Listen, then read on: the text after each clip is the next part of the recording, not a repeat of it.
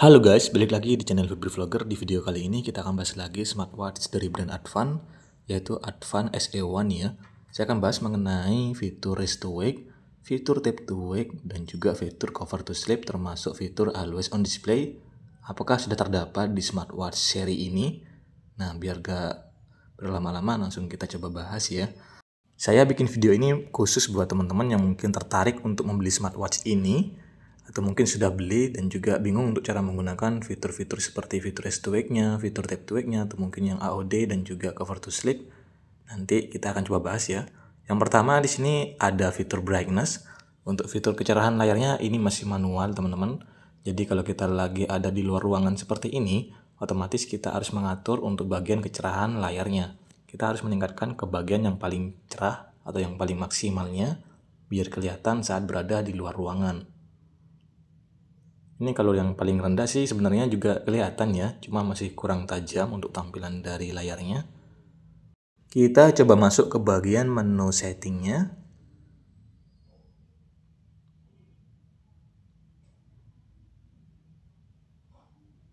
Tinggal geser ke bawah teman-teman untuk masuk ke bagian menu pengaturannya. Nah, di sini untuk lama waktu layar menyalanya cuma bisa sampai 30 detik saja. Ini sebenarnya sudah cukup lama ya. Paling cepatnya itu cuma di 5 detik. Ini untuk fitur Rest to Wake-nya bisa kalian aktifkan juga, angkat pergelangan tangan.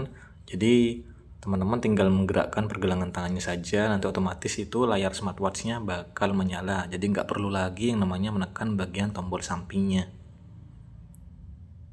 Untuk fitur Rest to Wake ini sebenarnya sudah cukup umum, ada di model-model smartwatch mulai dari harga 100 ribuan, 150 ribu, 200 ribu, sampai yang 1 jutaan, bahkan lebih itu pasti ada fitur Rest to Wake teman-teman. Nah, contohnya seperti ini untuk penggunaan dari fitur Rest to Wake-nya. Fitur ini juga sangat berguna, terutama kalau kita lagi berkendara atau mungkin lagi ada di dalam kelas, mau lihat tampilan jam itu kita nggak perlu lagi menekan bagian tombol sampingnya, tinggal digerakkan saja. Contohnya seperti ini, tinggal gerakkan pergelangan tangan kalian, nanti otomatis layar smartwatch-nya akan menyala. Untuk kecepatan dari respon Rest to Wake-nya ini bukan yang paling cepat sih. Ingat lagi dengan harganya ya. Ini masih ada delay atau lambat sedikit teman-teman selama beberapa detik. Ini ya bisa kita lihat sendiri untuk respon dari Rest to Wake-nya. Tapi sudah cukup bagus kok ya. Ingat lagi dengan harganya teman-teman. Cuma di 200 ribuan. Ini bahkan ini saya dapat harga smartwatch ini di harga 160 ribuan saja. Sudah sangat worth it ya. Kalau untuk fitur Tap to Wake sih sepertinya masih belum ada. Jadi kalau untuk fitur Tap to Wake itu teman-teman, kita tinggal sentuh di bagian layar seperti ini. Sentuh 1 kali atau 2 kali sentuhan, nanti otomatis layarnya itu akan menyala. Itu yang namanya fitur Tap to Wake teman-teman. Cuma di smartwatch ini masih belum tersedia. Kemungkinan kalau untuk fitur ini memang masih jarang. Biasanya ada di model smart band atau mungkin smartwatch di harga sekitar 400 ribuan ke atas ya. Bahkan untuk fitur Cover to Sleep pun masih belum ada. Ya, ingat lagi dengan harganya. Kita nggak bisa berekspektasi terlalu tinggi ya, karena memang ini sudah sesuai dengan harganya.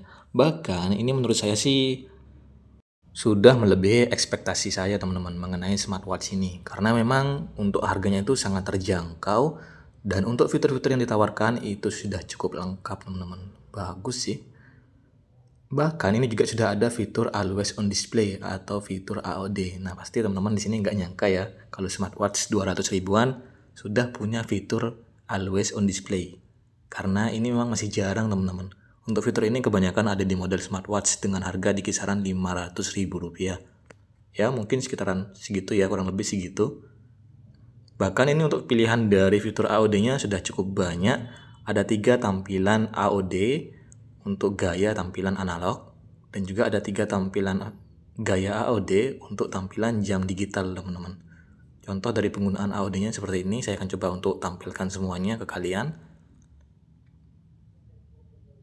Ini bagus-bagus sih untuk AOD-nya, tidak membosankan ya, karena kita juga bisa memilih untuk AOD yang ingin kita gunakan.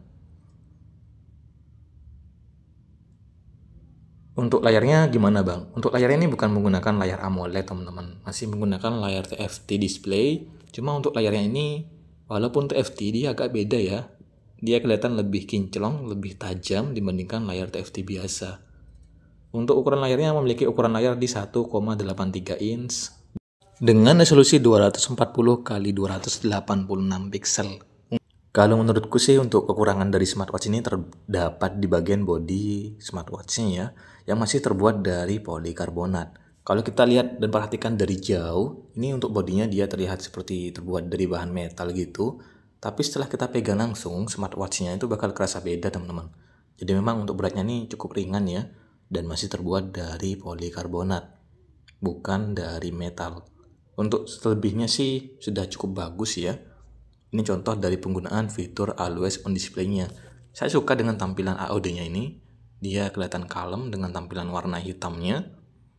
Jadi untuk warna hitam dari tampilan watchface-nya itu sudah menyatu dengan bagian bodi layar smartwatch-nya. Ini untuk bagian layar depannya, ini nggak full layar ya. Jadi masih ada beberapa bezel lebih gitu. Cuma bisa kita tutupi saat menggunakan tampilan watchface yang berwarna hitam.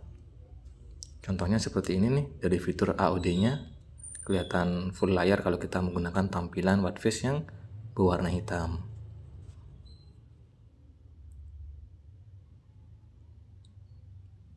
Ini ya, sekalian kita coba untuk menggunakan fitur AOD-nya.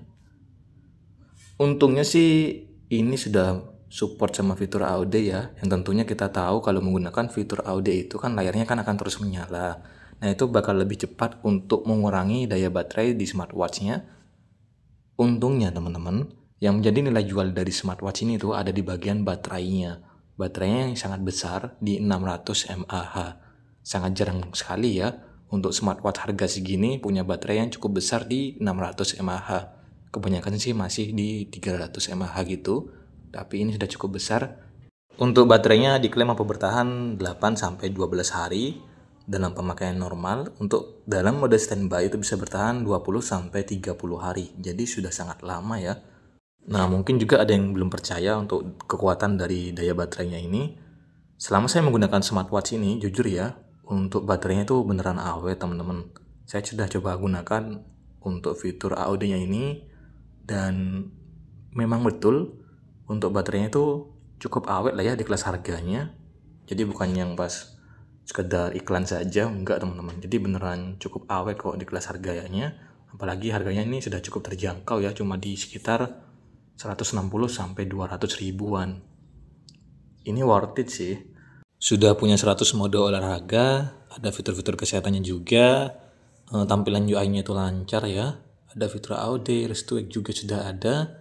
Untuk bagian layar dia sudah menggunakan kaca 2,5D, jadi tampilannya itu kelihatan lebih melengkung gitu ya.